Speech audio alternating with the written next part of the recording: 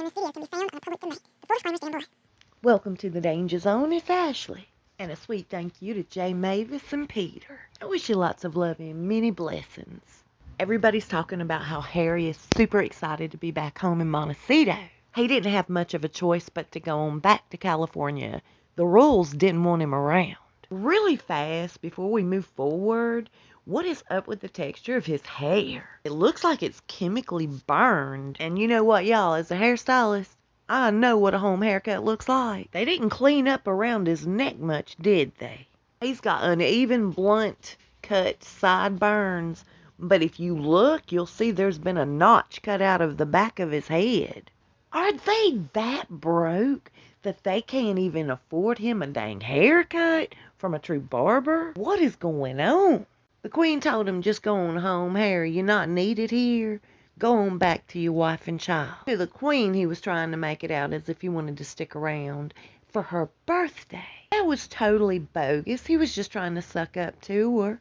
He knew before leaving to go to England that he had obligations to fulfill back in the States. Like his little Earth Day spiel, he had recorded that a month ago. And at the last minute, he decided in honor of Prince Philip, he was going to dedicate this to him. He's totally sucking up. That's all this is. Otherwise, it wouldn't have taken his papa dying for him to be a part of it. You know what I mean? He's given all of us instructions on how to live our lives. With 19 parks under management in 11 countries, our footprint has scaled to almost 15 million hectares. These vital landscapes are helping to safeguard Africa's biodiversity, serving as a foundation for a healthy planet and delivering benefits to hundreds of thousands of people.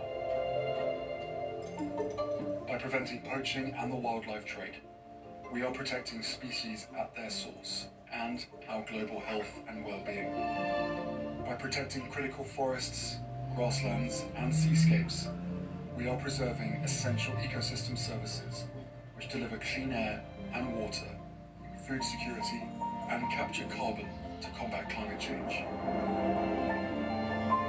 And in securing these natural systems, we're helping to build resilient, sustainable livelihoods for thousands of vulnerable communities. From Odzala's tropical forests in Central Africa,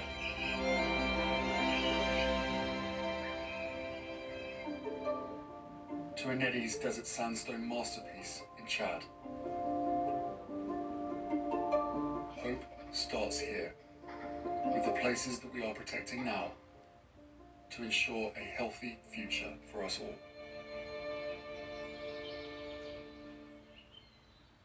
It's really hard to take him serious.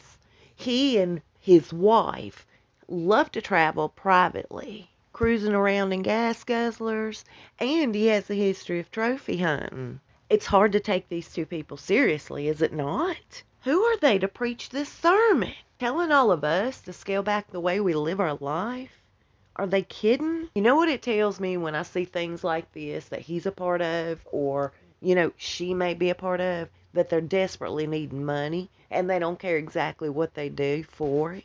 Out of all the people on the planet, I doubt these two are staying up at night worried about how people in Africa are going to come across clean water. These are two of the most self-centered people I've ever seen in my life. And it's pathetically sad when experts and advisors have to warn the royal family not to speak anything personal around Harry. Nothing whatsoever. And even though Harry brought his own security from the States, the royal family said, no way, you cannot bring them with you to the funeral. He was told to go ahead and put them up in town. Instead, they assigned a royal security officer to Harry, a babysitter. They didn't trust him in the area. They didn't trust him talking. They didn't trust him listening. He has proven himself to be completely untrustworthy. So within hours of him arriving back in California, guess who knew everything? Upset his little wife and her circle of friends that Harry was treated so poorly by a few of the royal family members. So immediately Gayle King decided to have an opinion on the situation. She didn't appreciate the lack of communication that Princess Anne had with her nephew. Little Omid decided he was going to do his own thing. By the way, did you know before Omid turned into a white girl, he used to work for a magazine called Heat, where they do nothing but gossip about all sorts of celebrities and their problems? During his time at Heat, His best buddy was named Jody Marsh. Totally dropped Jody the moment Megan decided to bring him on board. Hanging out with Jody in the past the way he did just proves he has no standards. He's used to slumming. I don't think Jody has a thing to worry about. Her bestie'll be back. The second he stops peddling that book, Funding Freedom, she'll ghost him. So in defense of the couple, he put out an article how they were so desperate to prove themselves to the royal family. Nothing was ever good enough. He wanted to remind us all of how hard Meghan had it in the family. Meghan has the upper hand now. She could potentially topple the monarchy with what she has to say. Have you noticed how they all love to make threats towards the royal family on Meghan's behalf? Speaking of threats, I'm curious as to what Meghan had up her sleeve when she tried contacting Charles and Princess Anne. And I was told that neither one of them accepted her phone calls. Now, according to a royal insider, which we all know is either Omid or Meghan felt like she could bring them together as a family, and let's talk about why they were so cold to Harry at the funeral.